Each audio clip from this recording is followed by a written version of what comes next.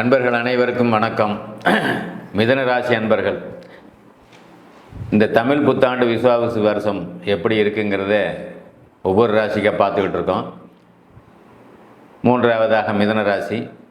என்னுடைய பின்பற்றாளர்களும் சரி, ஜோதிட ஆர்வலர்களும் சரி, ஜோதிடத்தை பார்க்க நினைக்கும் பெரியவர்களும் சரி. ஏன் அப்படின்னா எல்லாரும் எதிர்பார்க்குறீங்க. எல்லாரும் ஆவலோடு எதிர்பார்ப்பது நமக்கு என்ன நடக்கும், நம் குழந்தைகளுக்கு என்ன நடக்கும். ஜோசியம் பார்க்குறத விட ராசி பலன் கேட்குறது தானே ரொம்ப முழுமையான ஆர்வத்தில் இருக்கிறீங்க. எல்லாமே இன்றைக்கி பொதுமக்களாக இருக்கட்டும், பெரியவங்களாக இருக்கட்டும், ஆர்வலராக இருக்கட்டும், பின்பற்றாளர்களாக இருக்கட்டும், எல்லாமே இதில் ரொம்ப அதீத ஆர்வத்தை காட்டக்கூடிய ஒரு காலகட்டங்கள் இப்போ வந்துருச்சு. ஏன்னா உண்மை என்றைக்குமே நிலைக்கும். நீங்கள் உண்மையை பேசுனீங்க, உண்மையை சொன்னீங்க அப்படின்னா உங்களை அதிகம் பேர் பார்க்க ஆரம்பிப்பாங்க. பொதுவாக மிதுன ராசி இந்த தமிழ் புத்தாண்டு எப்படி இருக்குங்கிறத பார்ப்போம். மிதுன ராசி அப்படின்ட்டாவே புத்திசாலிகள் அப்படின்னு நான் சொல்லுவேன். இன்றைக்கி உன்னுடைய ராசிநாதன் புதன் பலகீனமாக இருந்தாலும் சுக்கிரனோடு இணைந்திருக்கிறார். இந்த ஒரு மாதம் ஒரு மாதிரி மென்டலாக டார்ச்சர் இருக்கும், கொஞ்சம் டென்ஷன் இருக்கும். ஆனால் கேந்திரத்தில் இருக்கிறது நல்லது தான். அதான் மே மாதம் 18ஆம் தேதிக்கு பிறகு அந்த ராகுகேது பயிற்சி ஆயினும் உங்களுக்கு ராசி குரு பயிற்சி ஆகி திரும்ப ராசிக்குள்ளேயே வரும். ராசிக்குள்ளே 7ஆம் இடத்தோடு தொடர்பு கொள்ளும். என்னென்ன நடக்கும் அப்படிங்கிறது ஒரு பாயிண்ட் இருக்குல்ல. 3ஆம் அதிபதி 11இல் குரு உங்களை ராசிக்குள்ளே வர்றாரு. பாக்கியாதிபதினு சொல்லக்கூடிய சனி உங்களுக்கு 10ல் கேந்திரத்தில் இருக்கார். கேந்திரத்தில் தான் நல்ல பலன். இது ஒரு விஷயம். அவருடைய வீட்டில் இருக்கிறதுக்கும் அவர் இயற்கை சூப்பரான குருவனுடைய வீட்டில் இருக்கிறதுக்கும் நிறைய வித்தியாசம் இருக்குது. என்ன தாங்க நடக்க போகுது? 3ல் கேது வராரு. முயற்சிகள் பலிக்கும். 3ஆம் இடம்தான் உங்களுக்கு தைரியம், முயற்சி, புகழ், செல்வாக்கு இது எல்லாம் கொடுக்கக்கூடிய பாகம். ராசிக்குள்ளே குரு வந்தால் ராசி பொலிவு பெறும். கொஞ்சம் தெளிவாக இருப்பீங்க. உங்களுக்கு சப்போர்ட்டுகள் நிறையா கிடைக்கும் அப்படிங்கிறது தான் உண்மை. ஆக இதில் மெயின் நமக்கு வரக்கூடிய அமைப்பு இந்த ராசியை பொறுத்தளவில் 2ஆம் பாவகம் கொஞ்சம் ஒரு 2 மாதத்துக்கு, எங்கே 1.5 மாதம் 2 மாதம் கொஞ்சம் 2ஆம் இடத்துல செவ்வாய் இருக்கிறது அவ்வளோ ஒன்றும் சிறப்புன்னு சொல்கிறதுக்கெல்லாம் வாய்ப்பு இல்லைங்க. எந்த பாவகம் பலகீனமாகுதோ அந்த பாவகம் கொஞ்சம் செயலற்று போகுங்கிறது தான் உண்மை. ஆக உங்களுக்கு 2ஆம் பாவகம் கொஞ்சம் பாதிக்கப்பட்டிருக்கு. ராசிக்குள்ள குரு 5ஆம் இடத்தை தொடர்பு கொள்வார். அதுக்கப்புறம் 7ஆம் இடத்தை தொடர்பு கொள்வார். அதுக்கப்புறம் 9ஆம் இடத்தை. இது 3 முக்கியமாச்சு. 1, 5, 9 முக்கோண வடிவம்னு இதை தான் நாங்கள் சொல்கிறோம். ஆக குரு திசை நடப்பவர்கள் உங்களுக்கு 7ஆம் அதிபதி தான், கேந்திராபதி தான், 10ஆம் அதிபதி தான். ஒரு வேளை குரு திசை நடக்கிறவங்களாக இருந்தால் என்ன பலன், ஒரு வேளை சனி திசை நடக்கிறவங்களாக இருந்தால் என்ன பலன், இப்படிலாம் இருக்குல்ல. ஆக ராசி பலன் இந்த வருஷத்தில் உங்களுக்கு என்னென்ன சம்பவங்கள் நடக்க போகுதுங்கிறத கொஞ்சம் விரிவாகவே நம்ம பார்ப்போம். ராசிக்குள்ளே குரு வர்றது ரொம்ப பிரமாதம். 7ஆம் இடத்தை பார்ப்பது உங்களுடைய குடும்ப உறுப்பினரான உங்களுடைய மனைவியாக இருக்கட்டும். குரு குழந்தைகளை குறிக்கக்கூடிய கிரகம். குழந்தைகளாக இருக்கட்டும், மனைவியும் சரி குழந்தையும் சரி ரொம்பவும் அவங்களுடைய வாழ்க்கை தரத்தை உயர்த்தக்கூடிய அமைப்பில் உங்களுக்கு பணமும் பொருளாதாரமும் செல்வமும் சேரும். அதுதான் உண்மை. அப்போ தொழிலில் பதவியில் நீங்கள் வேலையில் இருந்த நண்பர்களாக இருந்தால் அப்படின்னா பதவி உயர்வு உண்டு. கண்டிப்பாக ப்ரமோஷன்னு சொல்கிறோம் ஆங்கிலத்தில். அது பதவி உயர்வு கண்டிப்பாக உண்டு. அந்த பதவி உயர்வு உங்களுக்கு பதவி உயர்வு ஏற்படும். அதே சமயத்தில் டிரான்ஸ்ஃபரும் ஏற்படும். ராசிக்குள்ளே குழி நுழையும் போது உங்களுக்கு டிரான்ஸ்ஃபர் ஏற்படுறதுக்கு உண்டான வாய்ப்பு அங்கே கண்டிப்பாக கொடுப்பாரு. அந்த டிரான்ஸ்ஃபர் மூலிமா பதவி உயர்வோடு பணமும் அங்கே சேர்ந்து அங்கே வரும். 7ஆம் இடத்தை குரு பார்க்கறது நல்லது அப்படி இருந்தாலும் சரி, பாக்கியங்கள் அத்தனையும் பெருகும். குழந்தைகளுக்கு திருமணம் செய்யணும். குழந்தைகளை படிக்க வைக்கக்கூடிய வயசில் இருந்தால் படிக்க வச்சுக்கிட்டு இருப்பீங்க. இடம் வாங்கணும், வீடு கட்டணும் அப்படின்னு இருக்கக்கூடிய நண்பர்கள் கண்டிப்பாக வீடு கட்டுவீங்க. 4ஆம் இடம் வலுத்து இருக்குது. 4ஆம் இடத்தை உங்களுக்கு அவருடைய ராஜயோகாதிபதினு சொல்லக்கூடிய சனி பார்வை செய்கிறார், சுக்கிரனும் பார்வை செய்கிறார். அப்படிங்கும்போது வீடு மிகப்பெரிய லெவலில் கட்டணுங்கிற லெவலில் நீங்கள் பிளான் பண்ணி மிதுன ராசிக்காரர்கள்லாம் வீடு கட்ட ஆரம்பிப்பீங்க. வாகனத்தை வாங்க ஆரம்பிப்பீங்க.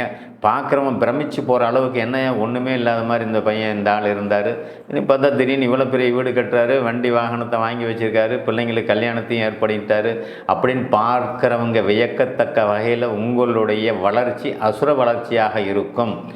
10ல் சுக்கிரன் அசுர குரு, லக்னத்திலேயே குரு, இந்த ராசியிலேயே குரு, மிதன ராசியிலேயே குரு வருகிறார். குரு நிற்கிறதும் அந்த வீட்டு அதிபதி நீச்ச பங்கம் அடைவதும், நீச்ச பங்கம்ங்கிறது என்ன, உங்களுடைய புத்திசாலித்தனத்தை கூடுதலாக பெருக்கும், உங்கள் தொழில் வளத்தை கூடுதலாக பெருக்கும். ஏன்னா அதே வீட்டில் சுக்கிரன் உச்சமும் பெறார், புதன் நீச்சமாகி இங்கே சுக்கிரன் உச்சமும் பெறார், 4ஆம் இடத்தோடு தொடர்பு கொள்றார். சுகமாக இருப்பீங்க, சந்தோஷமாக இருப்பீங்க.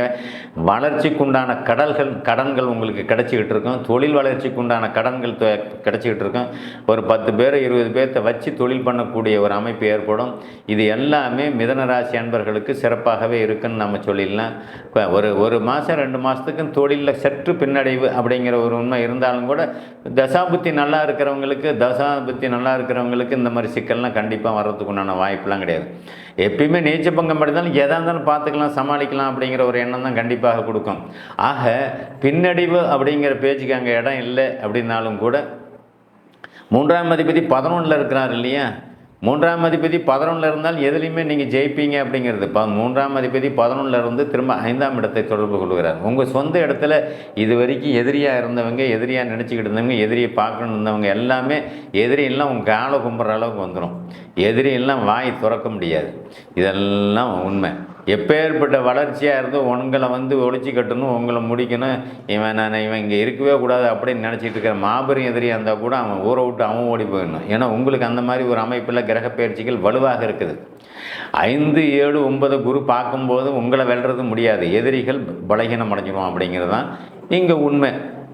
ஏன் எதிரிகள் பலகீனம் அடைகிறாரு? இங்கே உங்கள் ராசிக்கு 6ஆம் அதிபதியே செவ்வாய் தானே. செவ்வாய் போய் நீச்சமாகிறார்.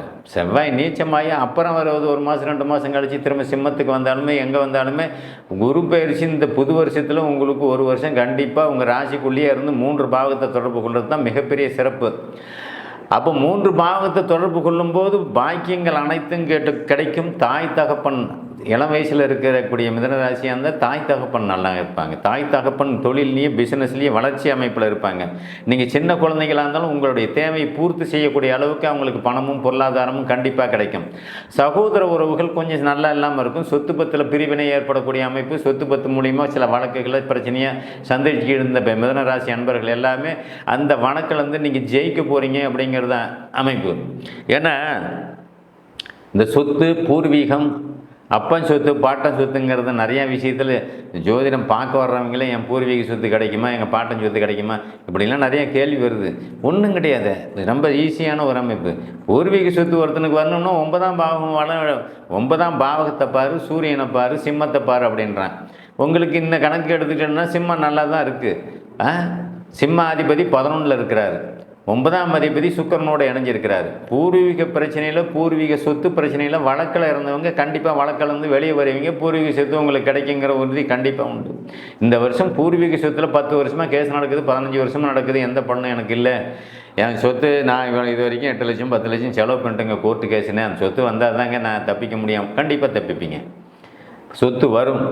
இதெல்லாம் எதிர்பார்த்துட்டீங்க. அவங்கவுங்க வயதிற்கேற்ற மாதிரி, ஜாதக அமைப்புக்கு ஏற்ற மாதிரி இந்த பலன் கண்டிப்பாக உண்டு. நான் சொல்லக்கூடியது எல்லாமே பொது பலன் தான்.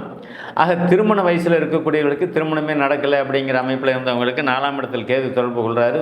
இப்போ அது 3ஆம் இடத்துக்கு பயிற்சியாக வரப்போகிறார். மே 14 18ஆம் தேதிக்கு அப்புறம் குரு பயிற்சியாகி ராசிக்குள்ள நுழைகிறதும் 3ல் கேது வர்றதும் உங்களுடைய முயற்சிகள் எல்லாமே வெளிப்படுத்தி உங்கள் முயற்சி எல்லாமே பலிக்கும். முயற்சி நிறைய எல்லாமே மன உளைச்சலில் தானே எல்லாமே இருக்கிறாங்க.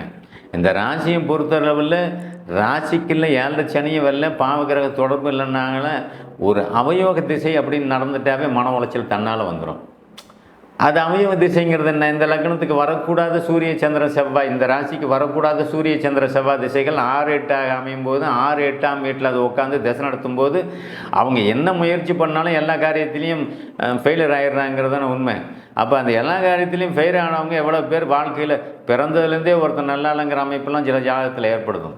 பிறந்ததுலேருந்தே நான் நல்லா இல்லை சார், இப்போ 40 வயசு ஆகிடுச்சு, 50 வயசு ஆகிடுச்சு, ஒரு நல்ல வேலையில் இல்லை, திருமணம் இல்லை, என்ன என் குடும்பமே சொத்துகள் எல்லாமே பறி போயிடுச்சு அப்படின்னு அழுது புலம்புறவங்களாம் நிறையா இருக்குங்கள. இதெல்லாம் தசாபுத்தி அடிப்படையில் தான் நடக்குது.